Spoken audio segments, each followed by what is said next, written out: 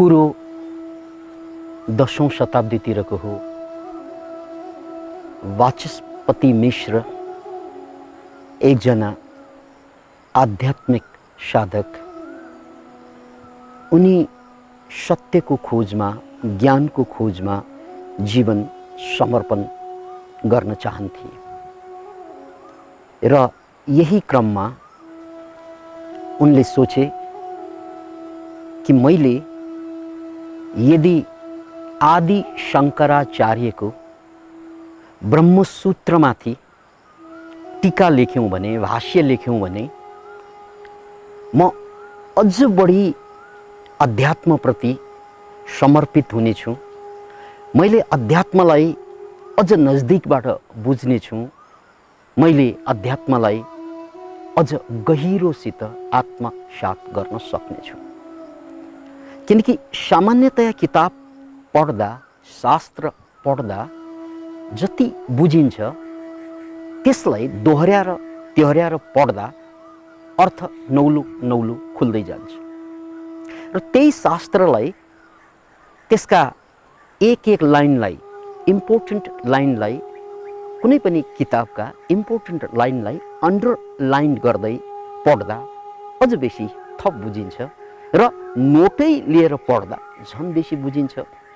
यो क्रमबद्ध रूपमा यसरी बुझ्ने तरिका। अनि यदि त्यसैमाथि आफ्नो भाष्य, टीका, टिप्पणी या आफ्नो विचार अनुसन्धानको आधारमा, अध्ययनको आधारमा यदि टीका पनि लेख्न सक्यौं, भाष्य पनि बनाउन सक्यौं भने सबभन्दा गहराईमा कुनै पनि पुस्तक, कुनै पनि शास्त्रलाई बुझ्ने तरिका हो। याद राख्नुहोस्, कुनै पनि शास्त्रलाई, कुनै पनि पुस्तकलाई, कुनै पनि महान ग्रन्थलाई बुझ्ने सबभन्दा गहिरो तरिका के हुन सक्छ त भने त्यसमाथि भाष्य लेख्नु, टिप्पणी लेख्नु। यद्यपि त्यो छापिएला नछापिएला, यद्यपि त्यो काम लाग्ला नलाग्ला अरूको लागि छोड्थ्यौँ, तर आफ्नो लागि त्यो शास्त्र बुझ्नको लागि यो भन्दा राम्रो उपाय हुँदैन थियो र आज पनि हुँदैन।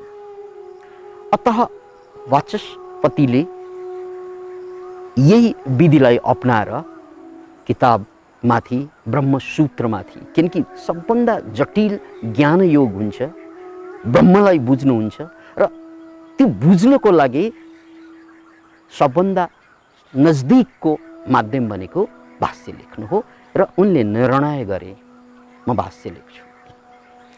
उनी मुमुक्षु, पहिल्यै अध्यात्मको लागि समर्पित भइसकेको साधक र उनी दिनमा पनि लेख्थे, रातमा पनि लेख्थे।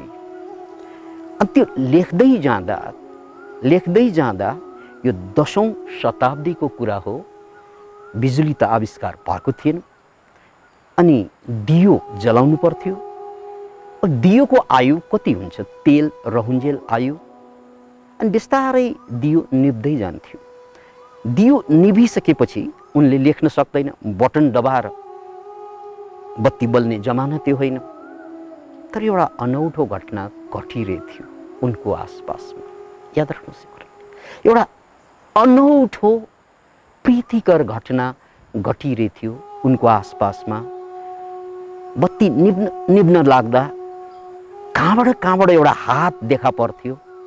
त्यो हातले तेल थपिदिन्थ्यो अनि बत्तीमा प्राण आउँथ्यो र फेरि बत्ती जीवित भएर बल्थ्यो झललललल। र उनले, वाचस्पति मिश्रले कतै पनि रोकिनु परेन। अब यसको पनि कति आयो होला। उनी रातभरि लेख्थे। लेख्दै फेरि सकिने क्रममा फेरि हात आउँथ्यो, एउटा रहस्यमय हात, तेल थपिन्थ्यो र फेरि उनको लेखाइ चालु हुन्थ्यो। उनी यति लेखाइमा, ब्रह्मसूत्रमाथि भाष्य लेखाइमा तल्लीन थिए, उनलाई न रात थाहा हुन्थ्यो न दिन थाहा हुन्थ्यो। एक किसिमबाट महासाधना बनाए उनले। उनलाई केही पनि थाहा हुँदैन थियो। र यिनै क्रममा 7 वर्षसम्म मेहनतका साथ अन्तिम टुङ्गो लगाउँदा एक दिन अद्भुत कुरा भयो। अद्भुत कुरा के भयो त भने त्यो तेल थप्ने जुन हात हो त्यो कसको हात हो? टीका सकिसकेको छ। त्योभन्दा पहिला त उनी रोकिँदैन थिए, अब त सक्यो ग्रन्थ। त्यसकारण उनले उत्सुकतावश त्यो हातलाई च्याप्पो समातेर सोधे, ओहो ओहो ओहो, मेरो यो शास्त्रलाई या टीकालाई टुङ्गो लगाउनको लागि 7 वर्षदेखि यो आइरहेको हात मैले ख्यालै गरिनँ, तर आज मैले देखेँ। यसैको कारण मेरो यो टीका सम्पन्न भयो। अतः यो हात जसको हो त्यो मान्छे को हो म चिन्न चाहन्छु। को हौ तिमी? किनकि उनी विनम्रताका साथ सोध्नुको कारण त्यो हात नभएको भए त्यो कृति बन्दैन थियो। त्यसकारण त्यो हात जसको हो उनीप्रति कृतज्ञ भाव प्रकट गर्दै सोधे, को हौ तिमी? मधुर आवाज आयो, एकदम त्यो सुकुमार हात, त्यो मुस्कान सहित मधुर आवाज घन्किन्छ उनको कानमा। प्रिय, तिमीले मलाई चिनेनौ, म त तिम्रो श्रीमती हौ नि।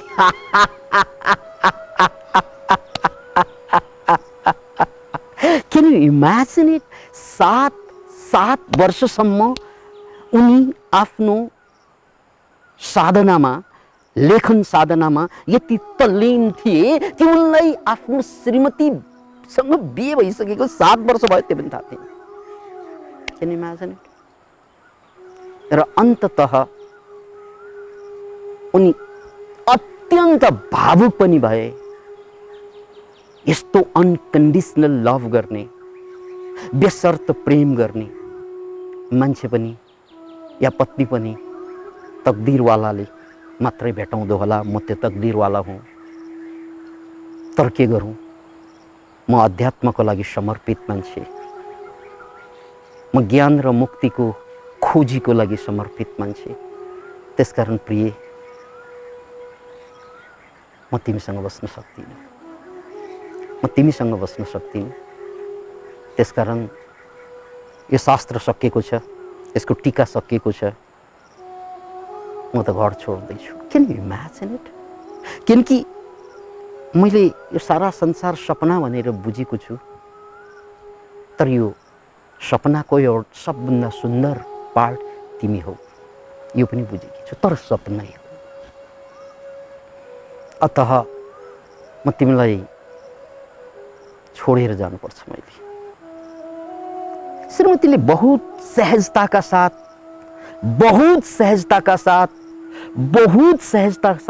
भनिन्, प्रिय, तिमीलाई जे चीजमा कल्याण हुन्छ त्यो चीजमा मलाई पनि त आनन्द आउँछ, किनकि म तिमीलाई प्यार गर्छु।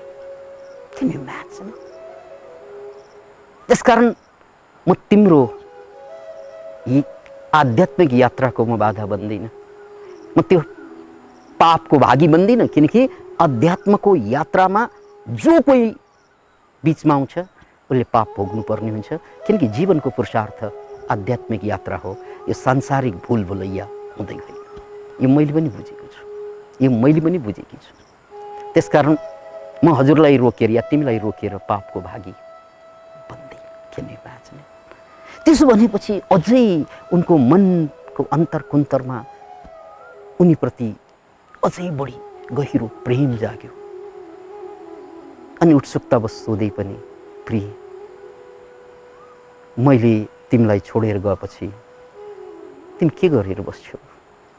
तिम्रो भरण पोषण कसरी होला? जसरी अहिले भइरहेको छ, परमात्माको कृपा, हजुरले के पो काम गर्नुभयो, हजुरले के पो काम गर्नुभयो पैसा कमाउने। अहिले पनि उनकै कृपाको कारणले हजुर जीवित हुनुहुन्छ, म जीवित छु। त्यसकारण हजुरले छोड्दा पनि उनले त मलाई छोड्दैन।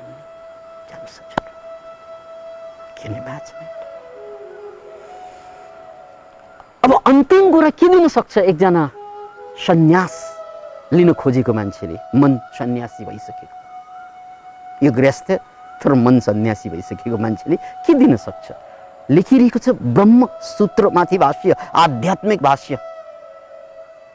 अनि उनले मुसुक हाँसेर भने, प्रिय, यो संसारको कल्याणको लागि, अध्यात्मका खोजीहरूको लागि यो पथ प्रदर्शक बन्न सक्छ यो पुस्तक। यो पुस्तकको नाम ब्रह्मसूत्रमाथि भाष्य नै हो, तर म यो नाम भन्दा म तिम्रो नामबाट यो पुस्तक चिनाउन चाहन्छु।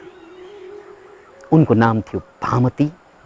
त्यसपछि उनले त्यो पुस्तक, आध्यात्मिक पुस्तकको नाम भामती राखे, किनभने त्यो उनको प्रेमको अन्तिम उपहार थियो। र यसरी एउटा अनकन्डिसनल लभ गर्ने श्रीमती भेट्टाएकै कारण एकजना महान साधक जन्मे, महान टीकाकार जन्मे, जसको हामी सबै एक प्रकारबाट ऋणी छौँ, किनकि ती शास्त्र पढेर अहिले पनि लाखौँ मान्छेहरू अध्यात्मको लागि, अध्यात्मको यात्राको लागि आफूलाई धन्य ठान्छन्। यसलाई अर्को प्रकारमा भन्नु पर्दा यो ब्रह्मसूत्र भाष्य पढेरै पनि मान्छे अध्यात्मको थप नजदिकमा जाने गर्छन्, आज 1000 वर्ष पछाडि पनि। Thank you.